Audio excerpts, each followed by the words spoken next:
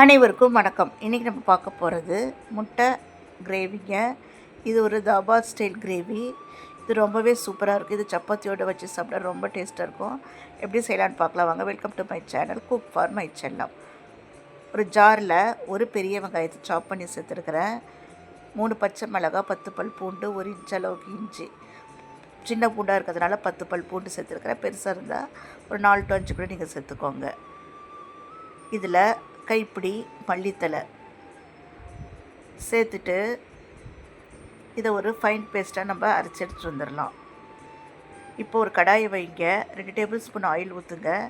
1/2 teaspoon ஜீரகம், 1/2 teaspoon சோம்பு, பட்டை, கிராம்பு, ஏலக்காய் சேர்த்துட்டு நல்லா பொரிய விடுங்க. நல்லா பொரிஞ்சதுக்கப்புறம் நம்ம அரைச்சி வச்சுருந்த அந்த மசாலா பேஸ்ட்டை இதில் சேர்த்துடலாம். சேர்த்துட்டு நல்லா வதக்கி விடுங்க. இதுலேயே 2 டேபிள் ஸ்பூன் குழம்புத்தூள், 1/2 teaspoon Kashmiri chilli, 3/4 teaspoon garam masala, 1/4 teaspoon மஞ்சள் தூள் சேர்த்துட்டு நல்லா வதக்கி விடுங்க. அடுப்பை சிம்மில் வைங்க. மூடி போட்டு ஒரு 2 to 3 நிமிஷம் பச்சை வடை போகிற அளவுக்கு நம்ம நல்லா வதக்கி விட்டுறலாம். பச்சை வடை போனதுக்கப்புறம் ஓப்பன் பண்ணிவிட்டு 2 டேபிள் ஸ்பூன் தயிர் இதில் சேர்த்துடலாம். சேர்த்துட்டு நல்லா வதக்கி விடுங்க. எண்ணெய் பிரிய நல்லா வதக்கி விட்ருங்க. நல்லா வதக்கிட்டு இந்த ஸ்டேஜில் 1 கப் அளவுக்கு நம்ம தண்ணி ஊற்றிடலாம். ஊற்றிட்டு இதுக்கு தேவையான அளவுக்கு உப்பு சேர்த்துடலாம்.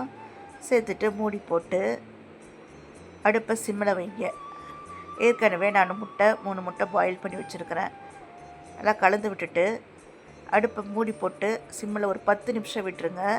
10 நிமிஷம் கழிச்சு ஓப்பன் பண்ணி பாருங்கள். எல்லாம் எண்ணெய் நல்லா பிரிஞ்சு வந்திருக்கும். நம்ம பாயில் பண்ண 3 எக்கை நடுவில் கோடு போட்டு இதில் சேர்த்துடலாம். சேர்த்துட்டு ஒரு முட்டையை மட்டும் அப்படியே உடச்சி ஊற்றிடலாம். உடச்சி ஊற்றிட்டு சிம்மில் வச்சுட்டு மூடி போட்டுருங்க. மூடி போட்டு ஒரு 5 மினிட்ஸ் அப்படியே விட்டுடலாம். 5 மினிட்ஸ் கழிச்சு ஓப்பன் பண்ணிவிட்டு நம்ம கருவேப்பிலை சேர்த்துட்டு ஸ்விட்ச் ஆஃப் பண்ணிடலாம். அவ்வளோதாங்க, சூப்பரான முட்டை குழம்பு தயார். இது வீடியோ பிடிச்சதுனா ப்ளீஸ் ஒரு லைக் கொடுத்து ஷேர் பண்ணி சப்ஸ்கிரைப் பண்ணுங்கள். நன்றி, வணக்கம்.